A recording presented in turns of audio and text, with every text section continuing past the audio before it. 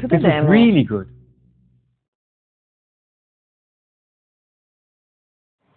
Do you know what this is? Well, this is not a transthoracic echo, it's a TEE, but I guess you can still make the diagnosis. This is a case of aortic dissection. And this brings us right to the topic of this chapter, the aorta.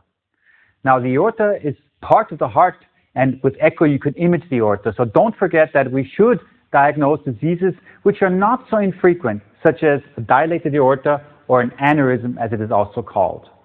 The definition of an aneurysm is an outpouching of the aorta where we have a width of more than 4 centimeters, and it has a considerable morbidity and mortality. But where do we find such aneurysms? Well, most of them are located in the aortic root and ascending aorta, so 60%, while 10% are in the aortic arch, 40% in the descending aorta, and 40% in the thoraco-abdominal portion. And here are some facts about aortic aneurysms. The risk factors are hypertension, connective tissue disease, or bicuspid valves. And the risk of dissection is really high when it's related to connective tissue disease and increases with the diameter. Yes, and the diameter is very important because the increase in the dilatation of the aorta depends on how large the aorta is. So the further you get in this region of the curve here, the higher or the more rapid will be the progression of aortic dilatation. And the diameter of the aorta correlates with the risk of rupture.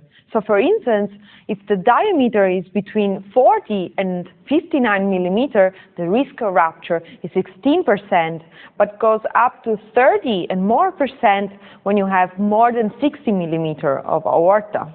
And here are some facts. Well, approximately 2.6 to 3.5 per 100,000 population is the incidence of aortic dissection. It occurs more in the elderly population, so if you're above 60. And hypertensive heart disease and atherosclerosis are risk factors. So if you have someone who has peripheral artery disease or coronary artery disease, those are the ones you really have to watch out for. And finally, 13% have aortic aneurysms. And moreover, if you have aortic dissection in a young person, this is more commonly related to connective tissue disease, but it could also be related to inflammatory disease, often to bicuspid valves, or it can be also iatrogenic, so during, for instance, a cath study. So from what we've said here, you will understand that there's a very close link between dilatation of the aorta and dissection. But Thomas, at the beginning of this course, we showed a CT image together with a TE image of aorta. But which imaging modality would you use to assess the aorta? I think both, Anna. I think both have its role. First of all, it depends on how acute the situation is, and it depends on what you're more familiar and what you have available. But definitely echocardiography has a role. But let's first turn to some beautiful images that we can generate with the help of CT and even MRI. What you can see here is you can see the entire aorta very nicely. You can reconstruct the images, and sometimes for confirmation, we need to do both imaging modalities. But when we come to echocardiography, I think one of the major advantages is that we can suspect dissection already from a transthoracic echocardiogram, and we can see things, for example, such as here on the left side, where we have a dissection membrane, and we can see the entry site and even the extry site of a dissection. So these are advantages that we have with echocardiography, and we're quick. We can perform the echocardiography on the bedside and even on the intensive care unit without bringing the patient to the CT, just plug a TE probe in and look at the aorta. And even when using ultrasound, we can actually use a transthoracic approach or a transesophageal approach, intravascular ultrasound, and also abdominal ultrasound. But this course will deal with TTE and TE mainly. And when we consider a transthoracic exam, actually we can see several segments of the aorta. We can really well visualize the ascending aorta and the root. We can see the arch, and we can even see parts of the descending aorta. But I guess this is easier to understand when we go to the simulator. The aorta leaves the heart in a really strange fashion, and the simulator is optimal to show us this. Look, when we are imaging the heart from a long axis view, we can see the first part of the ascending aorta because the aorta goes from left to right, but the first portion comes anteriorly and then goes cranially. So actually, when you follow the anatomy, here we see the aortic root in the annulus, sinuses of valsalva, and sinotubular junction. Then we see the aorta, and the simulator shows us the aorta goes into the arch and again down, taking the name of descending aorta. So the simulator is really showing us this. In real patients, it's not so easy. Actually, you need another view to see the arch, but this is advanced, and we will show you in the master class. For now, I'll show you other views where you can appreciate the descending aorta.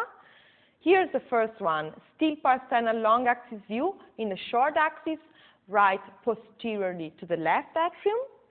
And when we go to the four-chamber view, apical, here it is again, descending aorta lateral to the left atrium, and in the two-chamber view, we can appreciate the long axis of the same portion of the aorta just by tilting the transducer a bit, and here it is.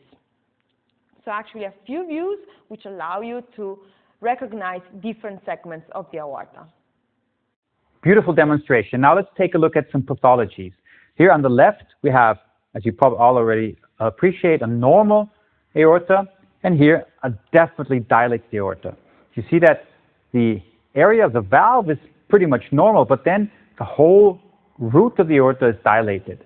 We can't see very much of the cranial portions of the ascending aorta, but definitely we can diagnose a dilatation. Now this is the same patient in a short axis view, and now we also understand why the patient has a dilated aorta, simply because he has a bicuspid valve. And remember, bicuspid valves are frequently associated with aneurysms. Here's another example. Again, a patient who has a dysfunctional aortic valve. It's probably also bicuspid and a little bit thickened. And this time the shape looks a little bit different. We can see that the aortic root is pretty much normal, but after the sinotubular junction, the aorta is dilated. See how we image the patient so that we see very much of the cranial portion of the aorta? Well, the aorta can be imaged from several views, as Anna already mentioned. But we can also view it from a very atypical position if it's dilated. We can just go to the other part of the sternum, to the right part of the sternum, and image the aorta there as well. This only works, however, if you have dilated aortas. And let me now show you where to measure. I would measure at the level of the aortic annulus, then at the level of the sinuses of valsalva, which here is not really distinguishable because extremely dilated, as well as the sinotubular junction, and 1 centimeter above for the ascending aorta. I think the ascending aorta is probably better visible if I just go up one intercostal space, and here you see very nicely how dilated this aorta is. It's 7.6 centimeters, and remember what we said with a risk of rupture, this is probably a patient where you will agree that has a very high risk of rupture. Is it really necessary to measure all these parts? Well, I would say not in all patients. If it's normal, of course you will not do that. But in certain situations, as in this patient, I would, because it also describes the shape of the aorta. Now, if you image the patients from intercostal space higher, you will get more of the ascending aorta. And if you see that the dilatation, of course, is more above 1 centimeter of the aorta, then of course you would measure there. So try to also measure the maximal diameter that you see. Now, one question that I know we're going to get is, where do you measure and how do you measure with echocardiography? Because you've got all this confusion about leading edge and outer diameter or inner diameter. Well, the leading edge method is something that we started doing when ENMODE came about. I think now that M-mode is not the method of choice anymore, we have to move away from this technique. And this is something that is slowly sinking in to the guidelines of the various associations. So what I think is the best way to do it is to use the inner diameter, because with the inner diameter you will get a little bit less diameter as the leading edge, and it correlates better with the CT measurements. But the parasternal view is not the only one to see the aortic vessel and valve. We can also use the 5-chamber view. Here it's not good to measure because the aortic vessel actually is coming towards us, so we are not cutting it orthogonal but somehow diagonal. And this is also the reason why we cannot distinguish the wall of the ascending aorta, but still we can recognize and differentiate a normal aorta and an aneurysmatic one. And for sure, a 5-chamber view together with a 3-chamber view will be really good for to assess aortic regurgitation, which is usually associated with aortic dilatation, as we said many times. So use the parasternal view together with the apical approach, 5-chamber and 3-chamber view. And now that we've seen the proximal part of the aorta, we will move to the arch. For the aortic arch, you need to use a view that we learned in the chapter on aortic regurgitation, namely the suprasternal view. So we point the transducer downward towards the aorta, and that's where we'll see the aortic arch. Now, this is a view that works best in young individuals. In elderly patients, it's sometimes a little bit more difficult. But what you see is you see the aortic arch here with the ascending aorta and then the descending part.